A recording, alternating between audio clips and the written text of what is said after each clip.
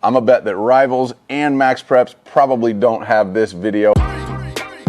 JP. What's up? I'm Jordan Palmer, bringing you the top 3 throws of the week every week. This is our high school edition. Let's get into the number 3 throw of the week. For this one, we're gonna go down to St. Johns County, Florida. This is St. Augustine taking on Nease High School. And this was a shootout. Now, I'm gonna be honest, we were paying attention to this game because of the Elite 11 Florida commit, Marcus Stokes, and he balled out in this game, but it was actually the sophomore at St. Augustine who came up huge, and his name is Locklan Hewlett. Well, this guy had 5 touchdowns in this game. We're gonna pull one where that ball did not go into the end zone. Actually, it didn't go into the end zone at all on this play, but it's an absolute dime and it shows up at number 3 on the list. Here's why. All right, St. Augustine right here, they're in a 2x2. They got stacks on both sides and they're gonna get to 4 verts. So 2 of these guys are gonna end up outside, 2 of these guys are gonna run benders. Locklan gets to be able to pick a side. Cover 2 reads this bender. Bender gets right inside of number 9 underneath the safety. This is firm with an arc. This is a great throw, great timing. So easy for a young quarterback to get excited, put too much on it, put too much air underneath it, all sorts of ways for that to go wrong. But that's an absolute dime. Now, I got a feeling that Locklan has a very bright future and stars are in front of him, offers are in front of him, but where he sits right now, he's just a guy that played great in the big game and won big. I love when young guys have that on their resume. Locklan Hewlett, number 3 on the list this week. Here's something I never thought I'd say.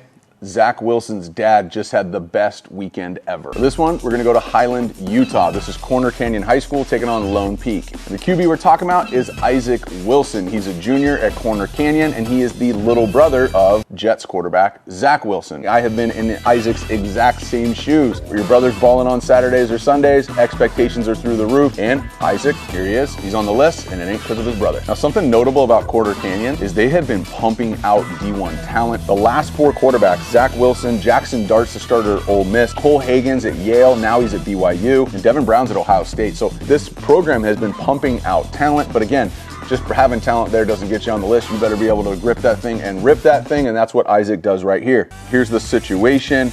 They're in a 3x1. They're on the left hash. High school hashes are wide. This is 3, subtle pop. Number 2's running like an inside seam, holding the defender on the inside of him. Ball is up, able to go up and get it like a rebound. Isaac leads Corner Canyon 35-6 on ESPN, nationally televised game. Let's go back to his dad here, okay?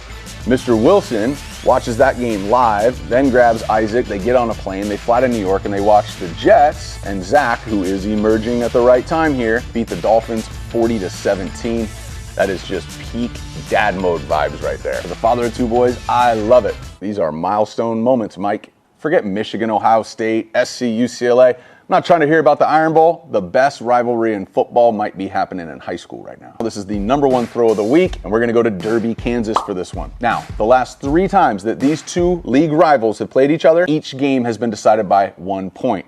Crazy. Now, the quarterback at Maize High School is Avery Johnson. He's an Elite 11 finalist, senior, and he's a Kansas State commit. Now, this guy popped up on our list last year when I'd never heard of him, shows up at the Elite 11 finals. Parents come up to me, they're like, hey, it was kind of crazy. After he was on that list, people started talking about him, stuff went viral. All of a sudden, some interest started to grow around him. He's not on here because of that story. He's on here because of this throw. And check out the situation. Derby's up 44-35. 11 minutes left to play in the 4th quarter. I'll get to his stats in a second, but Avery, they're on the 40-something yard line, 3 and a hitch, gets an isolated fade outside, gives this guy a chance to go up and get it. This was a shootout, right? The last 3 times they played, I said, was decided by 1 point. This game right here, Maize 52, Derby 51. Look at these stats. Avery, 360 yards passing, 4 passing touchdowns, 156 yards rushing, 3 rushing touchdowns. When you have stats like that, usually it says there's a blowout. In this case, for the 4th straight year, this game is decided by 1 point. Over 100 points scored in this game. Shout out to Maize and Derby. I might have to head out to Derby in 2023.